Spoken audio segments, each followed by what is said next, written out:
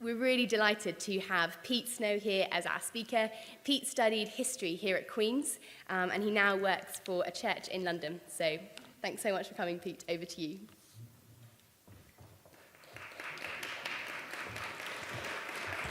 Thanks. Thank you. I didn't expect applause, but that's nice. Nice to see you all. Nice to be here. I'm picking up a little bit of end-of-term feeling from you, which is gratifying. I think I might have been invited today because my name's Pete Snow, and it's a talk about Christmas. So just enjoy that. I'm enjoying it. It's nice to have a festive name. Why celebrate Christmas is the topic I've been asked to speak on. And one of the many things I enjoy about Christmas in the UK is Michael McIntyre. You know Michael McIntyre, the stand-up comedian? You normally get an extra dose of McIntyre about Christmas time on the telly. Like he's often got a Christmas special or something on TV.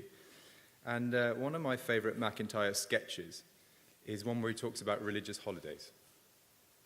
And when I first saw this McIntyre sketch about Christmas holidays, he's doing a stand-up thing, and he says, now, let's talk about religion. And I, as a Christian, thought, oh, you're a stand-up comic and you're trying to do religion. This is dangerous ground and you'll be on thin ice. And what he proceeds to do, if you've seen it, is poke fun at several religions all at once, which is probably how he gets away with it, because he's quite even-handed. And he says, you know, religious holidays.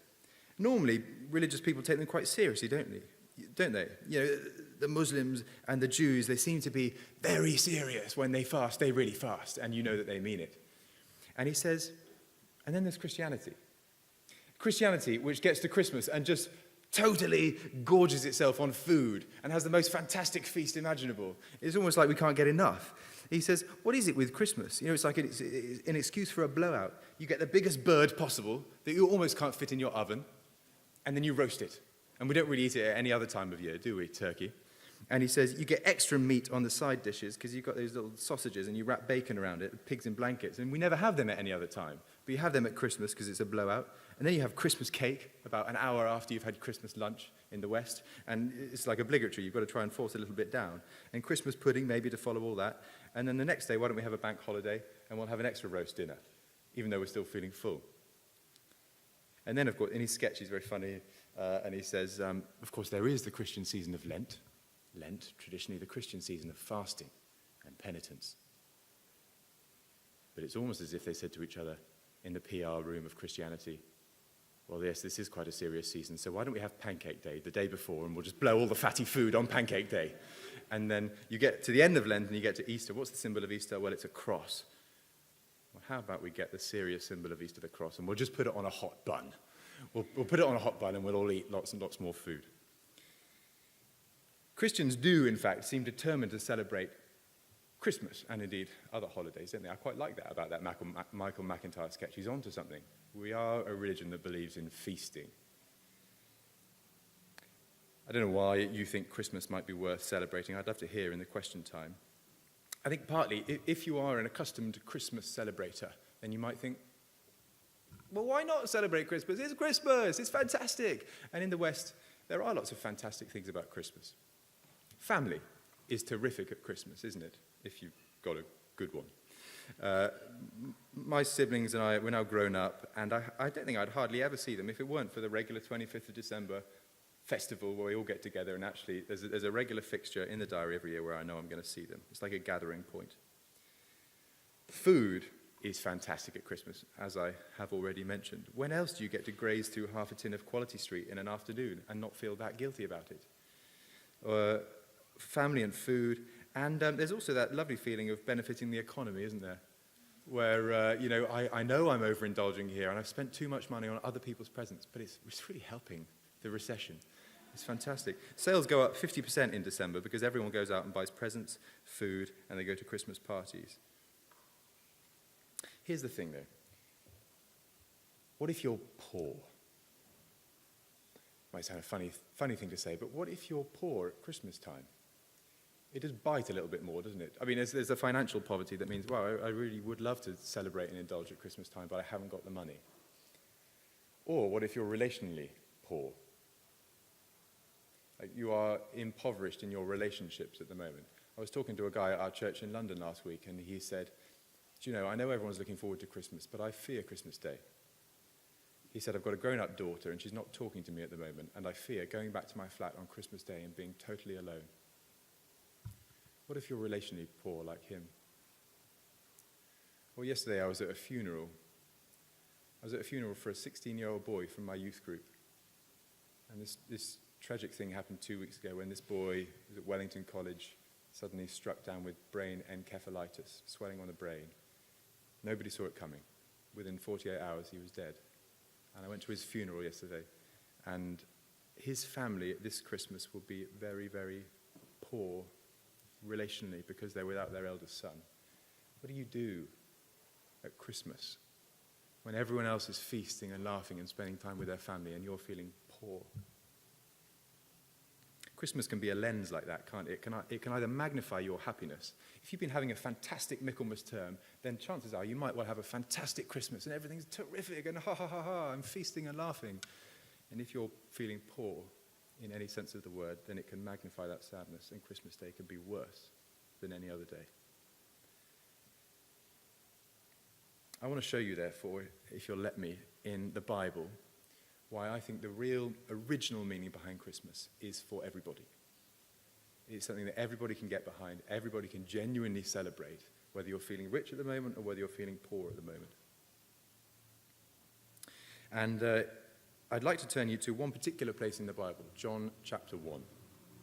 And you've got these here on your tables, I think everybody, or on your chairs. Would you mind just picking them up? This is an extract from the Bible. It's called the Book of John, the Gospel of John. And I want to just read you verses 1 to 14. That's on page 4, chapter 1.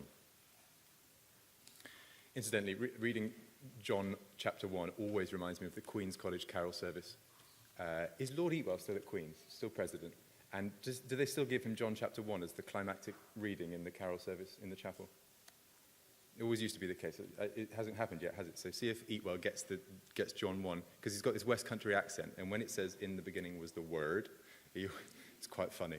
I always have to restrain a giggle. So anyway, enough of that.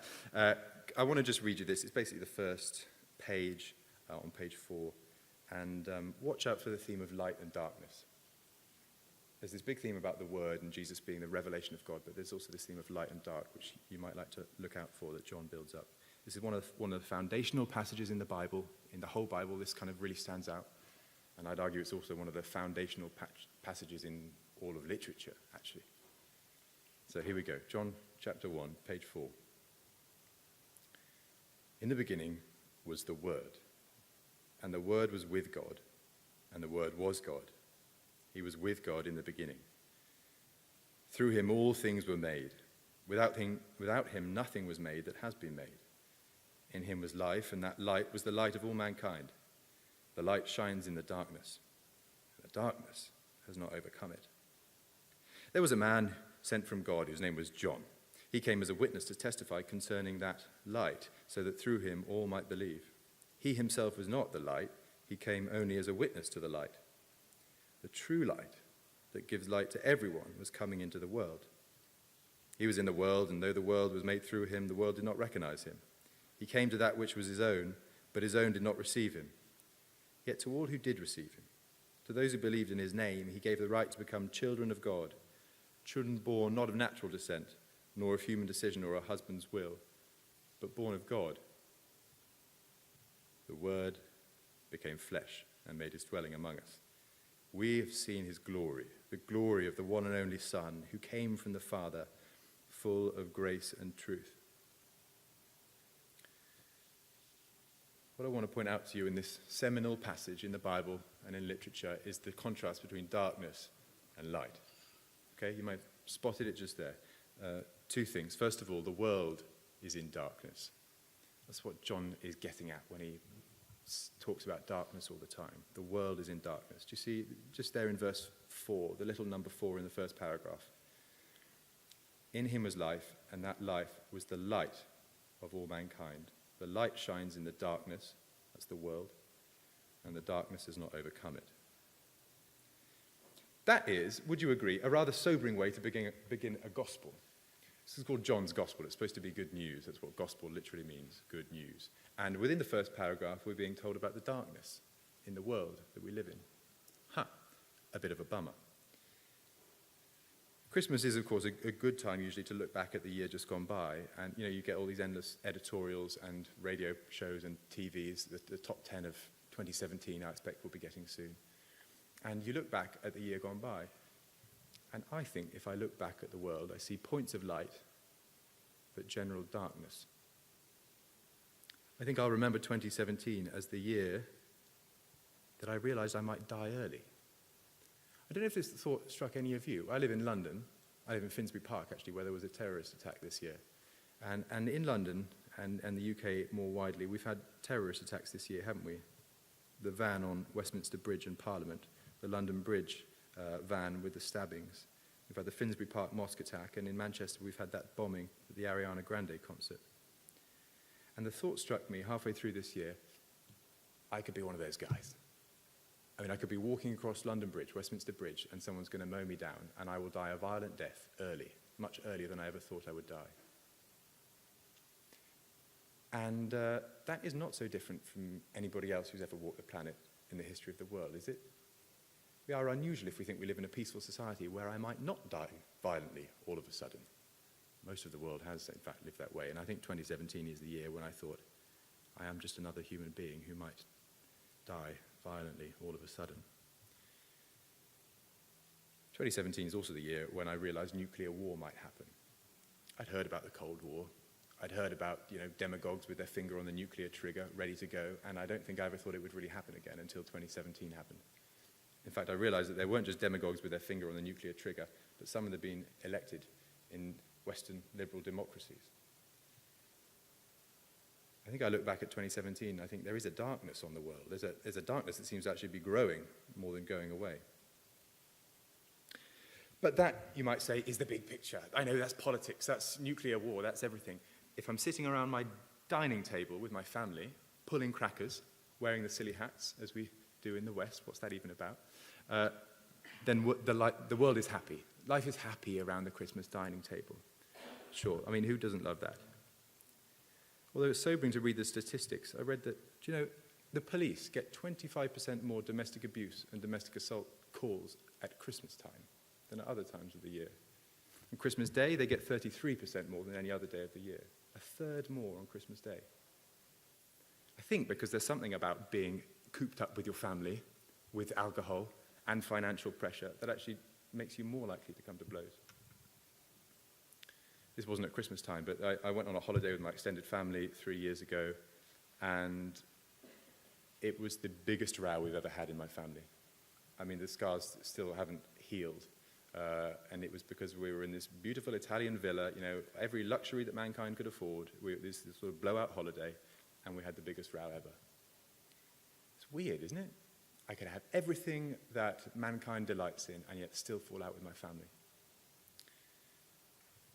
I'm sure many of you have happier families than mine. But is it instructive, isn't it? When John says, back in our passage, in the third paragraph, a little number 10, Jesus was in the world, and though the world was made through him, the world didn't recognize him. That's really what he's talking about when he says darkness. But John says the world is darkness because when Jesus Christ, when God stepped into the world, people didn't recognize him. If you don't believe me, if that seems a bit far-fetched, that we are, in fact, the darkness in the world, try this little thought experiment. If you could solve the world's problems in a stroke, what would the stroke be? I think we could have a good debate about that if we had time. You might list worthy contenders for the solution to the world's problems. Poverty relief, education, renewable energy. They would be all good things that I think would bring us back to some sort of equilibrium in the world. But I fear that actually, even if we did all of those things, if we could solve the world's problems in that stroke, we'd bring ourselves back to equilibrium and then drift off again. If you could bring the world back to perfect climate change, climate control, whatever, then would we not just wreck the world again in the next coming centuries? How about if we could solve the world's problems by removing mankind? I mean, if you could take some sort of magic eraser and humanely remove every human being from the planet, would that in fact solve all the world's problems? Do you know, I think that might be the thing that actually did it. I mean, the world would be chaotic, less ordered perhaps, but we'd have a lot fewer problems.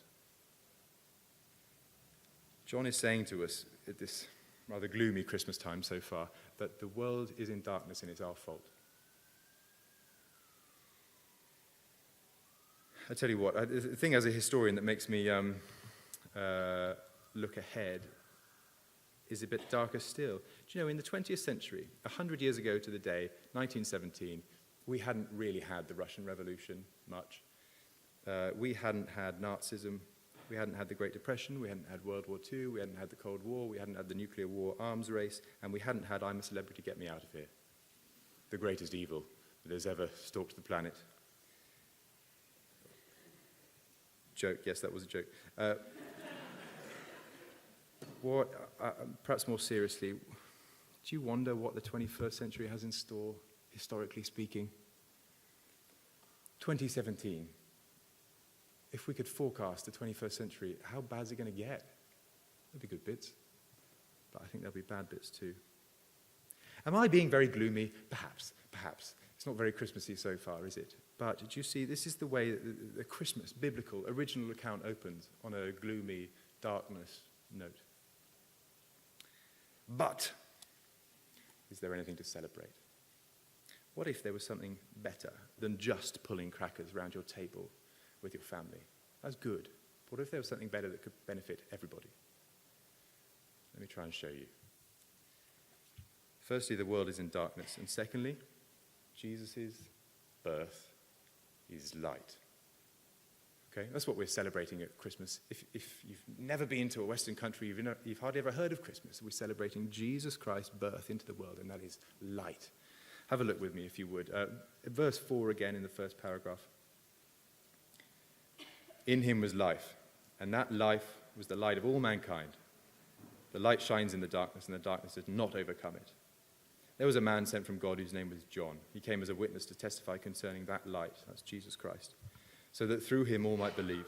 He himself was not the light. He came only as a witness to the light, the true light that gives light to everyone who was coming into the world. Three quick things about this light that John tells us in the Bible. It's true, it's gracious, and it's for all. Okay, so firstly, it's true. It's a true light. You see at the beginning of the third paragraph, he's a true light that gives light to everyone, and he's coming into the world at Christmas time. It's a true light. That's a very valuable thing in darkness, isn't it? A true light. Like a lighthouse on the coast that a ship can use to guide itself home. When I was a student here at Cambridge, I went on a Christmas holiday. It was fantastic. So when term broke up, however hideously, brilliantly early it does, there were still a few weeks before Christmas. So I went off on holiday, hiking in the Pyrenees, south of France with my friends. Snow-covered mountains, hiking boots, roaring fire in the cottage we were staying in. It was fantastic.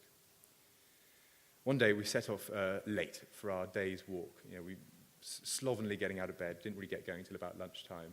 And we were hiking up and down these peaks as it was starting to get dark.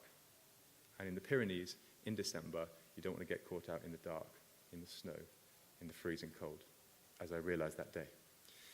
And as we were going up the last peak, so we're going up and the sun is going down, and I'm thinking, oh, this is actually really quite dangerous, because I'm stuck on a snowy mountainside. I don't know, I'm not Bear Grylls, and this is going to go wrong. And we could see the light of a village in the valley down below.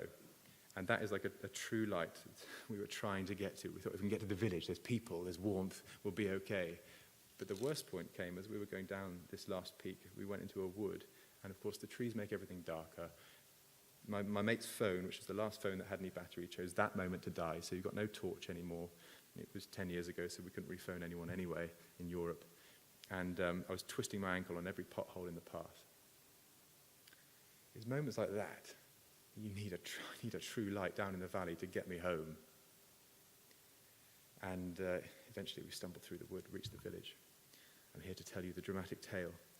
But Jesus is a true light that comes into the world. You see, if there is a God, then he is a true fixed point in a confusing universe that enables me to say, yes, I can rely on you, and you are a true light. And that's the claim at this Christmas time. We can be sure of God because of Jesus Christ. But his own did not receive him. Yet to all who did receive him, to those who believed in his name, he gave the right to become children of God. And we're told later on that he's full of grace and truth. He's so gracious and kind, he's willing to adopt children. Do you see that? People close to me are considering adoption at the moment, and what they've realized is that you don't get any good kids through adoption. Like, all the kids who are in care are troubled or damaged, or they've had a difficult upbringing. That's why they're in care, and they need to be adopted by somebody else. It's sort of a slow dawning realization for them as they go through this process. The Bible here talks about God adopting people. And it's the same for humankind, God it's like he's got this wonderful house which is glowing at Christmas time. The lights are on, there's feasting inside, there's room for everybody, and he throws open the door to all the people on the street outside, all the street kids, and he says, come on in, you're welcome here. You're welcome to be my children. And he knows that every one of them are damaged and problematic, and they've got a difficult track record, and they're what the Bible would say are sinners. And he says, come on in this Christmas time. This Christmas is good news for all of you. So it's a gracious light. It's a true light, it's a gracious light, and thirdly, it's a light for all. You catch that precious little word in verse 12. To all who did receive him, he gave the right to become children of God. I find that very precious. Jesus is a light shining in the darkness at Christmas time, not just for the people who are rich, for whom it's been a fantastic term, and for whom relationships and finances couldn't be going better. Jesus is a light also for the poor and the disenfranchised and the struggling and the marginalized. It doesn't matter if you've had a miserable 2017. It doesn't matter if you've had the worst term on Cambridge record. It doesn't matter if you hate yourself and you feel worthless. Christmas is good news for you, because Jesus is a true and gracious light, which is for you. I know, you and I, we've never met before. You don't know me from Adam. You might have no interest in Christianity whatsoever, but I'd like you to do or consider two things. First of all, I'd love you to ask a question. I'm going to shut up in a minute, and there'll be 2 minutes to think of questions, and you're very welcome to ask a question. You might like to just consider this one to get you going. Why do you think Christmas should be celebrated? V tells me you can all text questions if you don't want to say it out loud, so you're welcome to ask a question that way as well. So that's the first thing. You could ask a question. And secondly, take a Christmas present. I want to offer you perhaps your first Christmas present of the year, which is this little Moleskine-style book. I'd love you to have this. This is apparently free. It's all paid for, and you're welcome to take this away. This is, as I said, an extract from the Bible. It's changed millions of people's lives over the years. It's changed mine. It changed mine as I read through it at Cambridge. And I'd love you to read it. Tempting, I think, to let your brain atrophy over the Christmas holidays, because you've worked hard this term and you deserve a brain rest. I know the feeling. But actually, why not take this away as just a little project for your VAC, and take it away, read it, think about it and consider it. It's 21 short chapters. It doesn't take long. Why not invest in that over the holidays? See if you agree, in fact, that as you read through this book, which talks about light and darkness all the way through, yes, I do live in a dark world. It's dark here. But this is a point of light, this Jesus Christ that they're talking about. Right, time for questions. I believe we have a little chat round table. See if you've got any questions, and you might like to encourage your friend to put up a hand or text it in.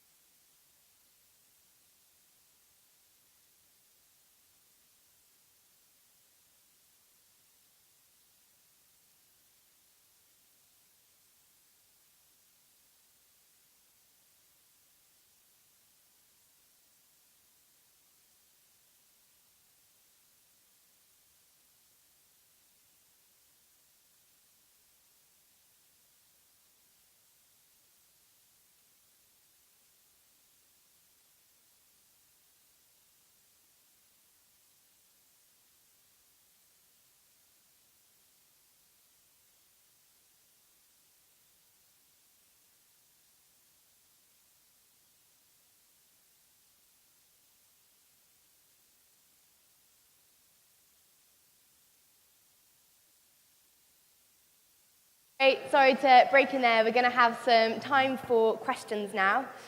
Would anyone like to kick us off from the floor? So we've got a mic going round if anyone wants to stick up a hand and ask a question from the floor. If not, we do have one texted in, so we can go for that.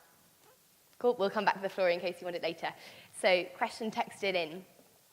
You say that Jesus is gracious and true, but how do we know it's true? The lack of evidence makes it impossible for me to accept the light that you describe. Yeah, very good question. I mean, forgive me for coming at this as a historian, but I think Christianity is fantastically historically verifiable. One of my favourite things to do in London is to take people to the British Museum. If you've ever been there, it's the #1 UK tourist attraction. More people go there than any other place in the UK, even more than Alton Towers. And it's fantastic there because you can see all these archaeological evidence for, well, particularly the Old Testament, but it also takes you right through Assyria, Babylonia, Persia, and all those empires in the Old Testament, all the way through to Rome.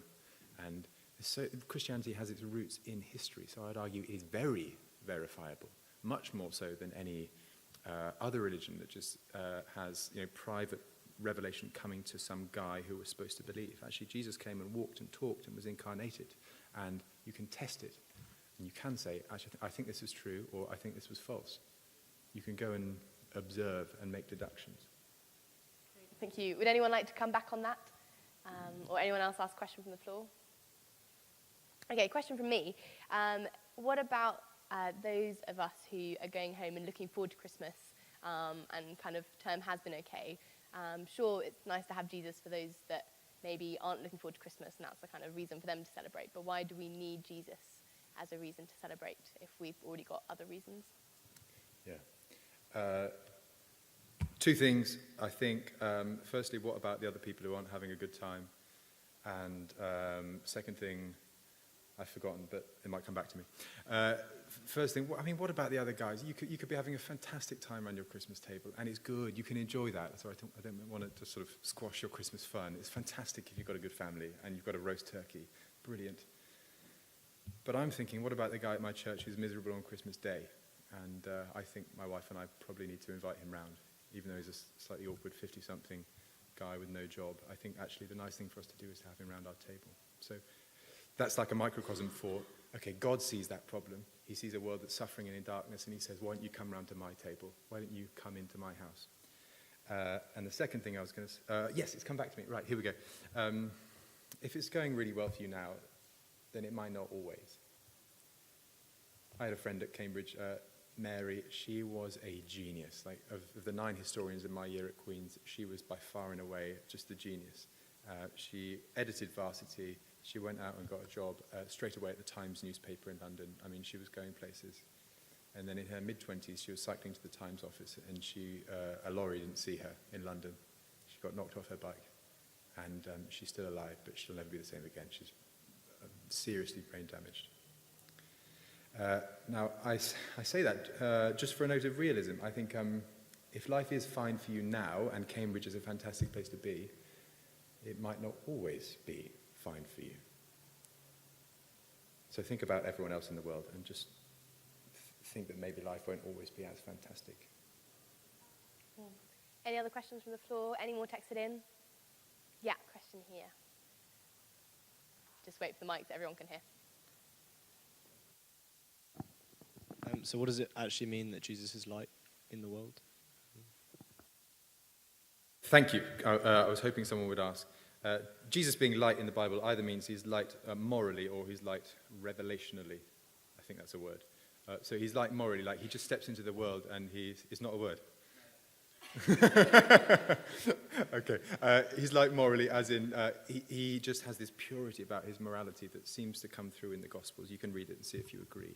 And still today, Jesus' teachings are acknowledged as this sort of moral. There's a light to them, that they push away evil and darkness.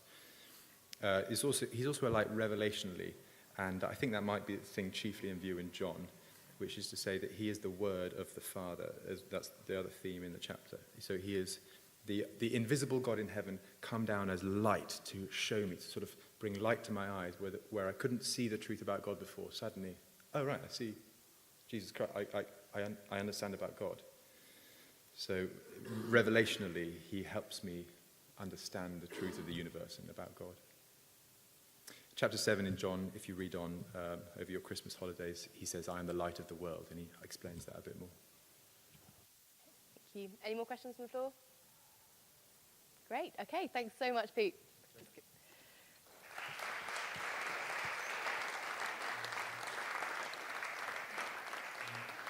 And we're going to wrap up there, but there's no rush, so there'll be snacks coming out to you at your tables. Do keep chatting, and Pete will be here afterwards, and he'd love to chat more if you want to chat more personally and ask him some other questions as well. On your tables, you'll see some feedback cards. We'd love to know how you found the event, and also if you'd like to chat more about this or any other question, just tick the I'm interested box, and someone from the Christian Union will get in touch. As Pete said, the best way to look into this more is to read John's account of Jesus' life. So take that time over the holidays. It is 6 weeks. We have ages. So make the most of that time to read one of these accounts of Jesus' life and look into it for yourself. As you leave as well, we'd love to give you another present, which is this little booklet, Christmas in 3 Words, which just summarizes a bit more that message of what we have to celebrate in Jesus. So Bridgemas is around the corner. Bridgemas is tomorrow. And we're really excited for the uni carol services on Monday and Wednesday evenings from 10 till 11:15. They're going to be at Great St. Mary's, and it's going to be some classic carols to sing along to. There's going to be readings, there's going to be some spoken words, some performances. It's going to be a great, great evening. We'd love to see you there. Entry is free. There'll be hot chocolate afterwards, so it'd be really, really great to join. I think that is it from me. So last big questions of term. Have a great Bridgemas and time at carols and a really happy Christmas.